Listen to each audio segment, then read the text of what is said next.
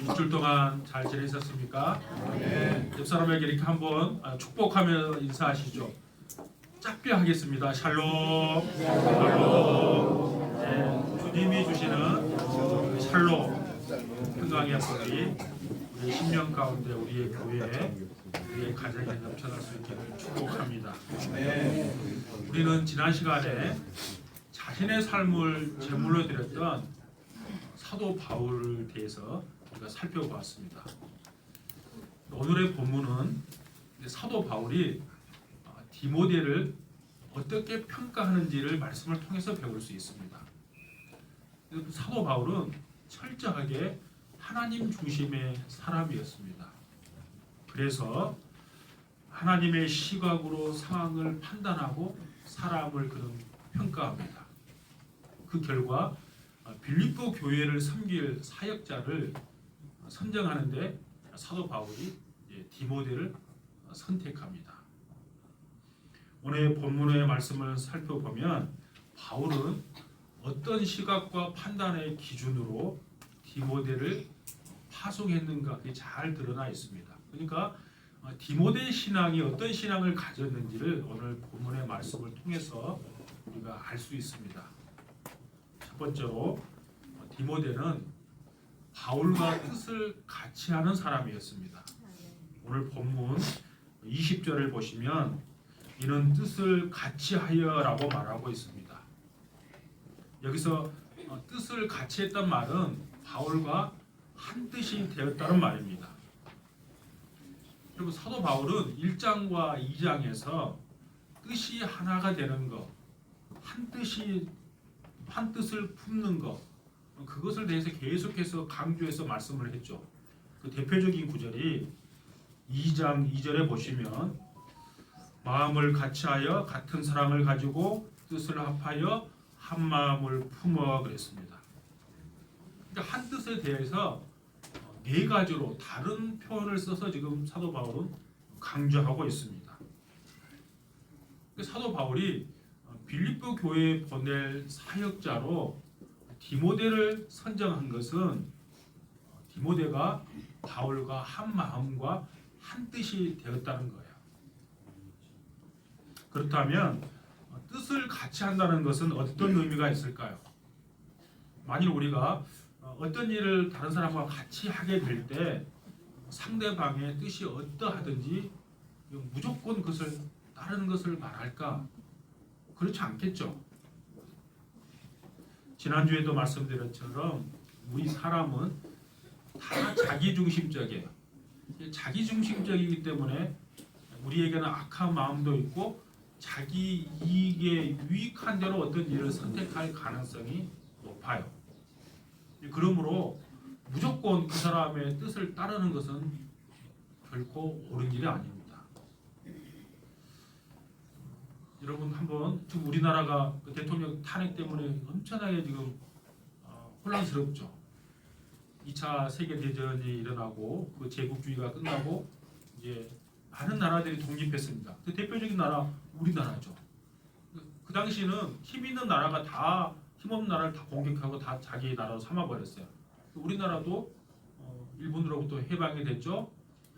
그 해방된 나라 가운데 경제적인 발전과 민주주의를 동시에 완벽하게 거의 다 그러니까 선진국 반열에 옮겨놓은 나라는 우리나라가 유일합니다.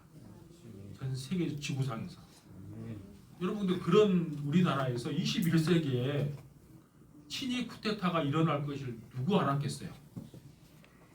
대통령이 친위 쿠데타를 일으킨다고 할 때 뜻을 무조건 같이 해서 따라가는 것이 옳은가? 그렇지 않다는 거죠. 지금 감옥에 보면 별 4개 대장도 지금 감옥에 있어요. 그분이 엄청 신실한 그리스도인이에요. 왜 그 거절 못했을까 아쉬움이 있어요. 그리고 쓰리스타도 지금 감옥에 있고 아마 제가 모르긴 몰라도 별 한 10몇 개의 별이 지금 감옥에 있을 거예요. 경찰 넘버 1, 넘버 2, 경찰청장, 또 서울경찰청장도 지금 감옥에 있어요. 그러니까 무조건 나를 따라와라 한다고 무조건 따라가는 것이 결코 옳은 일이 아니라는 것을 우리 지금 우리나라 상황에서 우리가 보게 됩니다. 뜻을 같이 한다는 것은 무엇이든지 한 마음으로 따르는 것이 아닙니다. 오늘 본문에서 바울이 뜻을 같이 한다고 했을 때 그것은 궁극적으로 하나님의 뜻을 의미하는 거예요. 이 사람이 지금 일을 하는 데 있어서 이게 정말 하나님 보시기에 옳은 길인가를 판단하고 따라가는 거야. 바울이 디모데를 보면서 철저하게 하나님의 뜻을 따라 자신의 삶을 맞추는 것을 사도 바울은 보았어요. 그래서 하나님의 일을 하는 데 있어서 첫 번째 자격이 있다면 그것은 하나님의 뜻을 따라서 하는 사람이에요. 그것을 사도 바울은 디모데에서 보았기 때문에 디모데를 빌립보 교회의 사역자로 선정한 것입니다. 그가 진정으로 하나님의 뜻을 추구하는 사람인가 아니면 자기에서 하나님을 이용할 수 있는 사람인가 이걸 보아야 하는 것이죠. 우리가 반드시 알아야 할 것 중에 하나는 하나님은 능력이 출중한 사람을 찾지 않는다는 것입니다.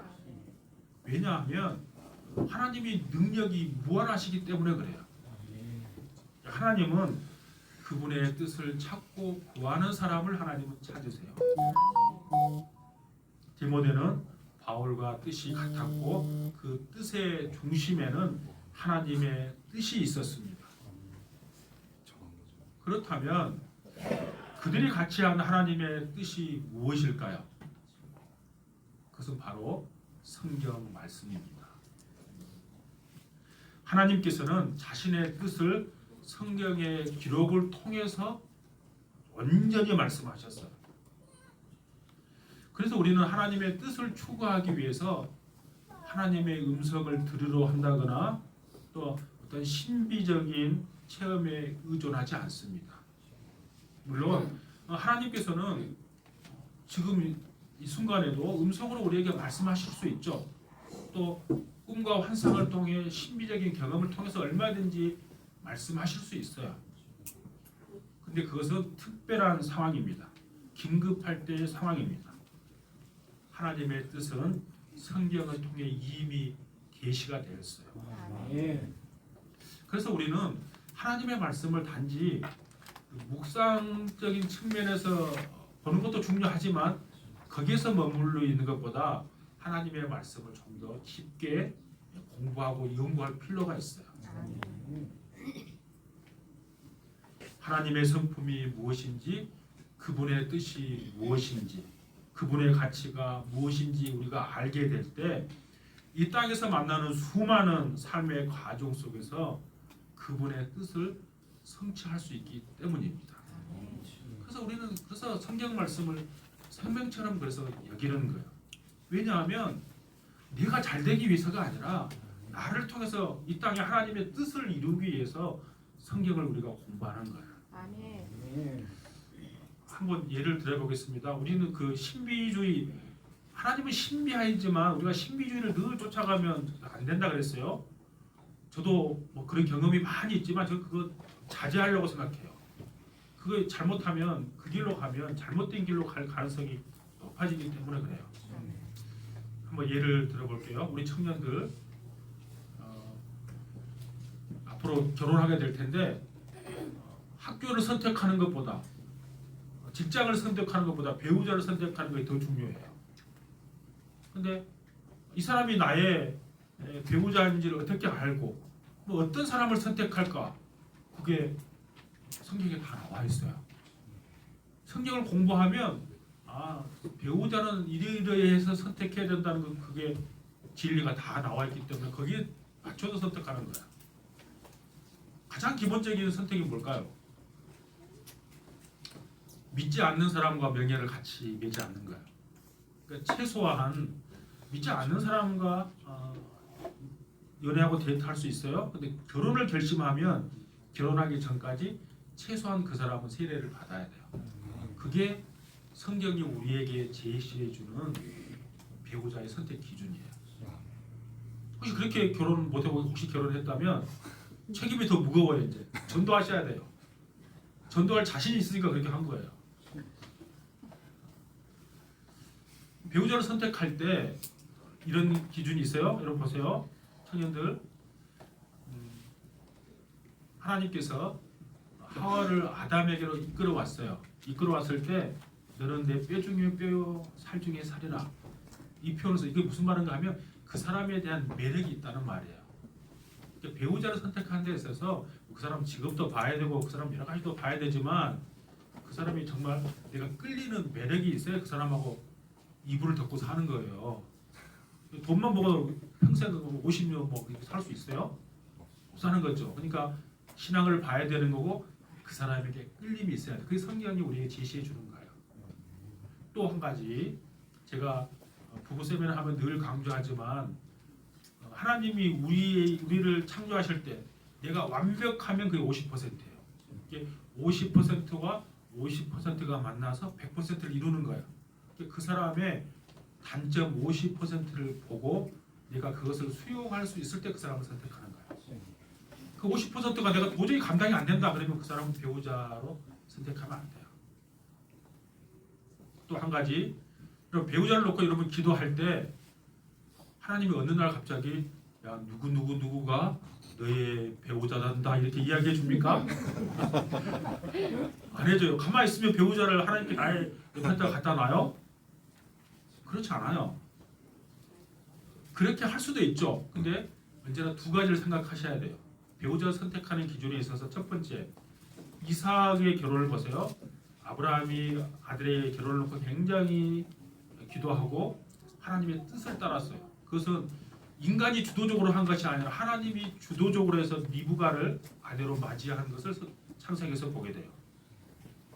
그러니까 하나님의 뜻을 구하고 하나님께서 내 배우자를 주시도록 기도하셔야 돼요. 근데 야곱의 결혼을 보세요. 야곱은 철저하게 자기의 책임하에 결혼을 해요. 그가 원하는 사람은 라헬이었는데 결혼하고 나니까 그의 언니 레아가 첫날 밤에 딱 있는 거예요. 야곱이 어떻게 해요? 그 거부해요. 자기의 책임하에 끝까지 라헬을 선택해요. 제가 언젠가 말했잖아요. 우리의 구원이 하나님의 주권적인 사역임과 동시에 우리의 책임도 따르는 것처럼 결혼도 똑같은 원리예요. 하나님 앞에 기도하고 내 노력도 거기에 들어있어야 되는 거야. 아까 그런 기준으로 배우자를 찾는 노력이 있어야 내 배우자를 선택하는 거죠.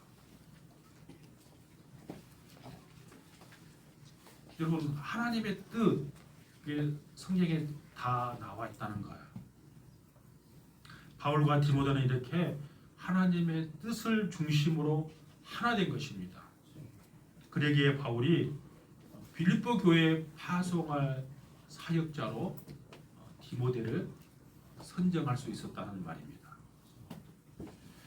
두 번째, 디모데는 진실한 생각을 가진 사람이었습니다. 20절을 보세요. 20절에 보시면 너희 사정을 진실히 생각할 자가 이밖에 내게 없음이라 그랬습니다. 생각하다라고 번역한 이 단어는 원문에도 가깝게 번역하면 염려하다 그런 뜻이에요. 염려하다. 근데 예수님께서 우리에게 뭐라 그랬어요? 너희들은 염려하지 말라 그랬죠. 마태복음 6장에 보시면 산상수훈에서 예수님께서 너희들이 무엇을 먹을까, 무엇을 마실까, 무엇을 입을까 염려하지 말라 말씀하셨어요. 그리고 뒷부분에 가면 너희들이 내일 일을 위해서 염려하지 말라 이렇게 예수님이 말씀하셨어요. 근데 사도 바울은 고린도후서 11장 28절에 보면 이렇게 말합니다. 염려에 대해서 이렇게 말해요. 날마다 내 속에 눌리는 일이 있으니 곧 모든 교회를 위하여 염려하는 것이라. 이 말씀을 보면 염려하는 그 자체가 잘못된 것이 아니에요. 어떤 것을 염려하느냐가 문제인 거죠. 그러니까 세상 일, 내가 미래가 걱정이 된다 이거 염려하는 건 잘못된다는 거예요. 그런데 하나님의 나라와 그의 의를 놓고 염려하는 것 그 옳은 일이라는 거예요. 아멘. 바울은 디모데가 성도들을 위해서 진실이 염려하는 자라고 저는 그런 믿었어요. 알았다는 거예요. 그는 성도들의 영적인 삶에 관심을 가지고 함께 마음을 나눌 수 있는 사람이었습니다. 고민과 어려움을 함께 나눌 수 있는 사람이 디모데였던 것입니다. 디모데는 자기를 먼저 구하는 자가 아니라 그리스도의 예수의 일을 구하는 사람이었습니다. 그래서 성도들의 사정을 진실히 생각할 수 있었다는 거예요. 그래서 디모데를 통해서 우리가 배울 수 있는 세 번째 태도, 그 자세는 그리스도의 예수의 일을 구하는 거예요. 이게 삶의 우선순위가 그리스도의 예수의 일이 되느냐 하는 거예요. 근데 그리스도의 예수의 일은 단순히 교회의 일을 말하는 것은 아닙니다. 그리스도의 예수의 일은 거듭난 그리스도인들이 인생 가운데 감당해야 하는 모든 일을 말하는 거예요. 우리 믿음의 선배들, 개혁주의 믿음의 선배들은 교회 일과 세상 일을 구별하지 않았어요. 그게 우리 기독교 윤리예요. 뭐 여기 교회 예배당에 와서 일을 하는 것은 거룩한 일이고 세상 일은 세상적인 일이고 그 구별이 없다는 거예요. 예수 믿는 사람이 하는 모든 일, 주님의 뜻을 이루어가는 모든 일은 그 거룩한 일이에요. 그러니까 교회와 세상으로 이완화되지 않고 그리스도 안에서 하나로 통일됩니다. 그러니까 그리스도의 예수의 일은 어떤 특별한 일이 아니라 우리가 지금 감당하고 있는 일이에요. 그 직업 의식, 그 직업 윤리를 우리는 가져야 돼. 그게 성경적이에요. 그런데 중요한 것은 그 일을 진정으로 그리스도의 예수의 일로 내가 생각하고 있느냐 하는 거예요. 만일 그리스도의 예수의 일로 생각한다면 주님의 뜻대로 그 일을 진행하게 될 것입니다.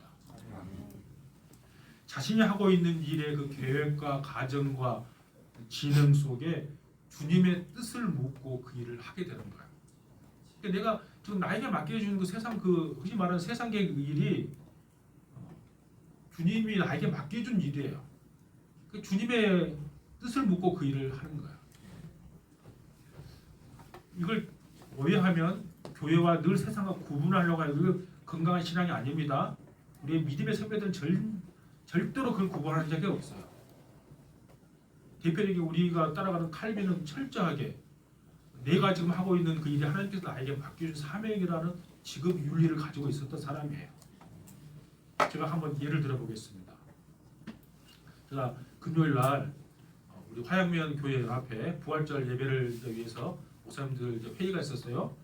회의 끝나고 제가 좀 빨리 끝나서 우리 정충기 장로님 지금 농촌 지도 소장으로 계시잖아요. 그 제가 이제 장로님 어떻게 일하신가 궁금했어요. 그래서 이제 오는 길에 들렸어요. 가니까 김영철 집사님도 같이 있는 거예요. 두 분이 친구라고만 이제 커피 한잔 먹으면서 교제하고 있더라고요. 제가 가니까 두 분 있었는데 좀 있으니까 우리 정자만 집사님도 오셨어요. 우리가 아주 그 바닷가 것 같은 뭐 참새가 지나가야지 그냥 못 지나가는 그곳인 사람 다 거기 가면 아마 다 만날 것 같아요. 다 뭐 사람들 뭐 화양만 사람 다 오고 왔다 갔다 하는데 이제 김영철 집사님이 지금 요양보호사 그 일을 하잖아요. 그래서 이제 어르신들 섬기는 일을 하는 곳 간다는 거예요. 그래서 가서 주로 어떤 일을 하십니까? 그러니까 청소도 해주고 뭐 무거운 물건 다 어르신들 못 드니까 이렇게 옮겨주기도 하고 또 자기가 그 책임자는 아닌데 어르신들 모시고 병원에 가서 또 주사도 맞춰오고 그 일을 한다는 거예요. 이제 그 일이 지금 나에게 맡겨준 일이잖아요. 그것이 주님께서 나에게 맡겨주신 일로 생각하고 주님의 뜻을 이루고 이를 목적으로 하면 그게 주님의 일이 될 거예요. 아멘. 우리에게 맡겨주신 일 언제나 그렇게 하셔야 합니다. 아무리 교회의 일을 멋지게 잘한다고 할지라도 자기의 일을 구하는 것이면 그것은 예수 그리스도의 일이 아닙니다. 어떤 사람은 화려하고 웅장한 예배당을 이렇게 잘 세우고 그것이 자기의 일로 생각하는 사람이 있는가 하면 새벽에 골목길 그 한 귀퉁이를 내가 이게 하나님의 나라의 한 부분을 내가 감당하고 이걸 깨끗이 한다 그 사명감을 가지고 하는 사람도 있어요. 누가 하나님의 일을 하는 사람입니까? 그러니까 물리적 공간 예배당에서 하는 거 밖에서 하는 거 이건 여러분 구분하면 안 돼요. 하나님께서 자신의 일을 맡기는 사람들은 이렇게 지금 자기가 맡겨진 일을 주님의 일로 생각하고 충성스럽게 성실하게 감당하는 거예요. 그 일을 하면서 하나님이 어떤 것을 기뻐하실까 주님의 뜻을 묻고 그 일을 감당하는 거죠. 사람들은 일의 크기와 외형으로 판단하지만 주님은 충성을 보십니다. 주님은 우리에게 5달란트를 맡길 수도 있고 2달란트를 맡길 수도 있고 1달란트를 맡길 수도 있어요.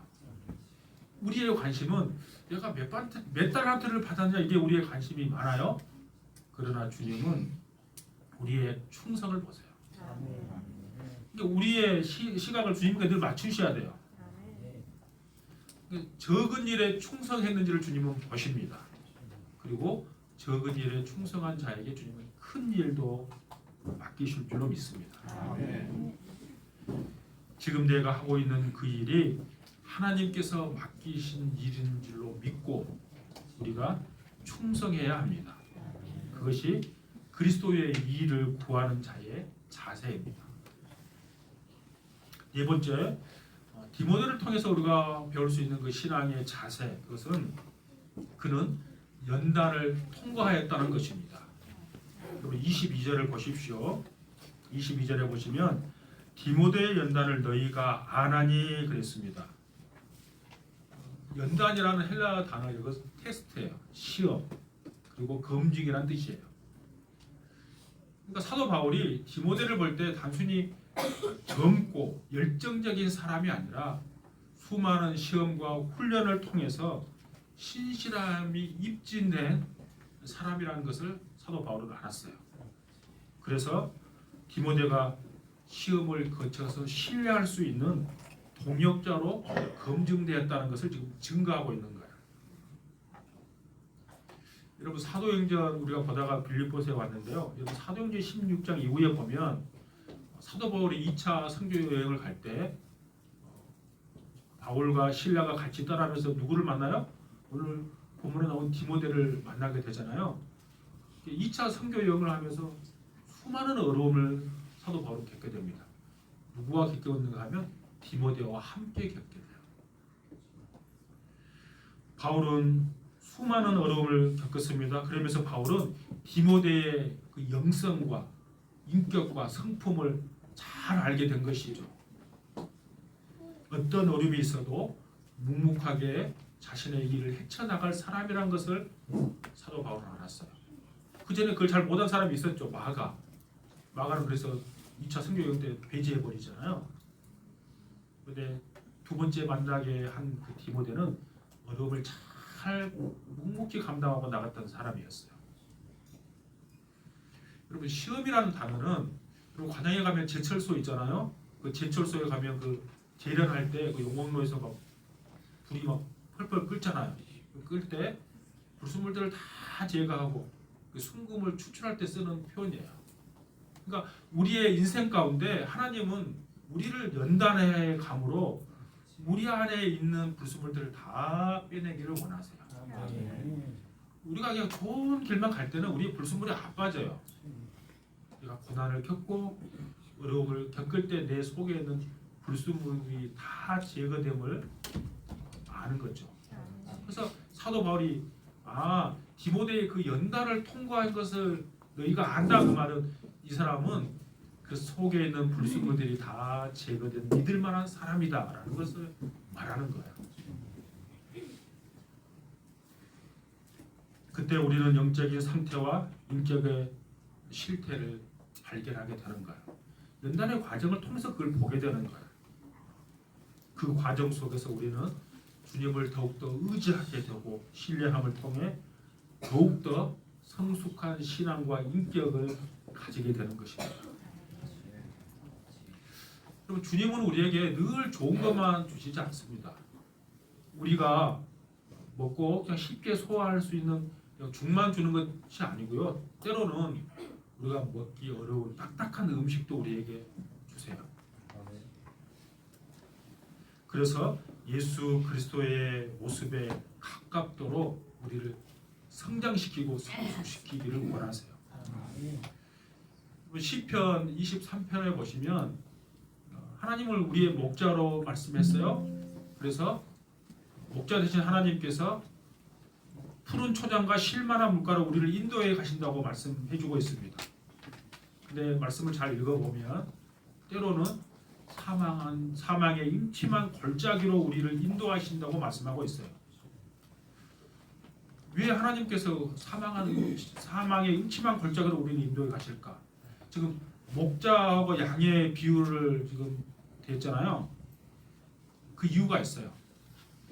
여러분 그 TV 보면 그 자연의 세계 보면 아주 어려운 곳에 뭐 정말 몸에 좋은 거, 예를 들면 산삼이라든지 또 유럽에 가면 벌꿀들이 막 달려있는 거 이러고 본 적 있으세요? 근데 그거 따라가다 잘못하면 죽어요. 아주 위험한 곳에 달랑달랑 매져 있는 거 있죠. 근데 그거 굉장히 몸에 좋은 것들이 있을 수 있다는 거예요. 사망의 음침한 골짜기는 뭔가 하면 양들이 그걸 통과할 때 양들에게 꼭 필요한 영양소, 식물이 거기에 있는 거예요.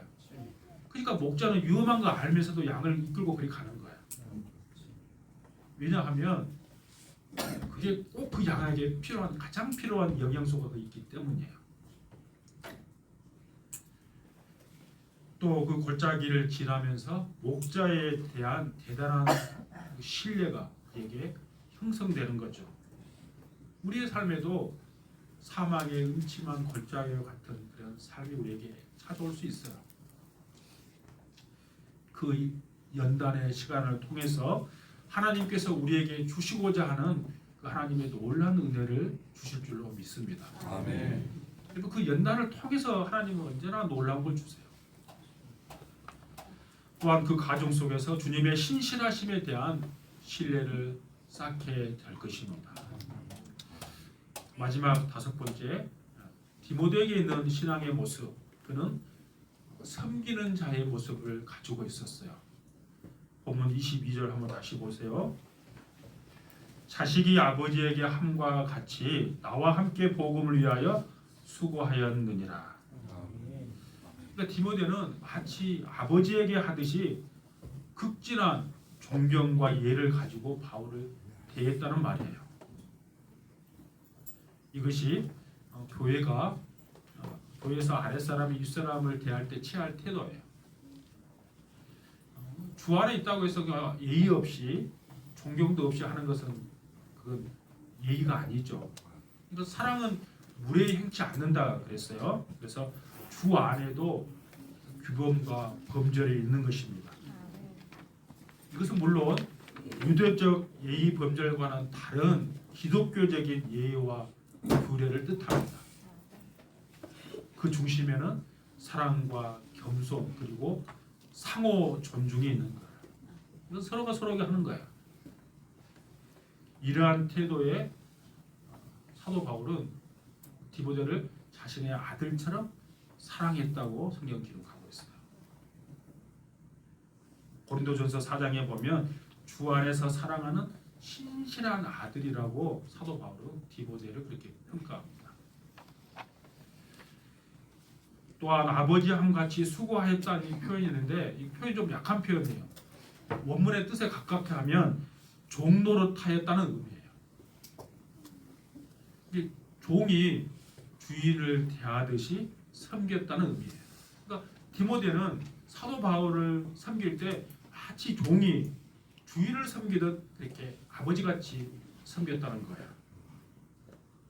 그럼 22절 한번 다시 한번 보세요. 22절에 보시면 자식이 아버지에게 함과 같이 나에게 복음을 위하여 수고하였느냐 이렇게 해야지 문맥이 자연스럽잖아요. 근데 나에게 그렇게 하지 않고 나와 함께라고 쓰여져 있어요. 왜 이렇게 썼을까? 바울 자신 또한 예수 그리스도를 섬기는 종이며 디모데가 자신을 섬기는 것도 상전으로 섬기는 것이 아니라 예수 그리스도를 섬기는 차원에서 자신을 섬기는 것을 알았기 때문에 이렇게 표현한 거예요. 여러분, 디모데는 사도 바울을 섬길 때 섬김의 대상 그 자체 사도 바울을 섬기는 것이 아니라 그리스도의 예수를 섬기는 마음으로 섬겼다는 말이에요. 아멘.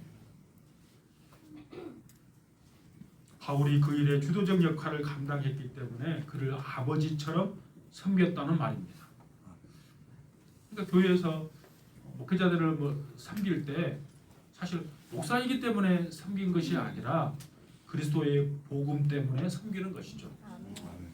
언제나 그렇게 섬기는 거예요. 그러니까 디모데의 그 섬김을 보고 사도 바울은 디모데를 자기 친아들같이 사랑하고 아꼈습니다.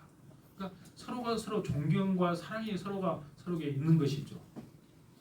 그러한 아름다운 관계 속에서 복음은 더욱더 힘있게 증거될 수 있었던 것입니다. 이런 교회가 힘 있는 교회예요. 서로가 사랑과 존경으로 섬기고 정말 극진하게 대해서 그냥 그 사람이 인간으로 보는 것이 아니고 장로님들을 섬길 때에도 그냥 장로님으로 보는 것이 아니라 그리스도의 복음을 위해서 수고하고 헌신하는 것을 아니까 그냥 섬기는 거예요. 그게 윈윈 돼서 교회가 힘 있는 교회가 되는 거예요. 오늘 우리는 5가지로 디모데의 신앙을 살펴보았습니다. 첫 번째, 바울과 뜻을 같이 하는 사람이었습니다. 근데 바울 개인의 뜻을 같이 한 것이 아니라 하나님의 뜻을 같이 하는 사람이었습니다. 두 번째는 다른 사람의 사정을 진실이 생각하는 사람이었습니다. 그러니까 그 사람의 사정을 잘 깊이 이해하는 사람이었다는 거예요. 세 번째는 예수 그리스도의 일을 구하는 사람이었습니다. 네 번째는 그는 연단을 통과한 사람이었습니다. 이제 연단을 통과함으로 그에게 불순물이 다 제거가 되고 거룩한 믿음의 사람으로 성숙했다는 말입니다. 마지막 5번째는 그는 섬기는 사람이었습니다. 사도 바울을 섬겼는데 단순히 사람으로 섬긴 것이 아니라 그리스도의 복음을 위해서 사도 바울을 섬겼습니다. 이러한 5가지 실질적인 신앙의 자세가 우리의 인격과 삶 가운데 이루어지기를 소망합니다. 그래서 주님께서 어떤 일을 위하여 누구를 사용하고자 할 때 저와 여러분이 주님의 선한 도구로 쓰임받을 수 있기를 축복합니다.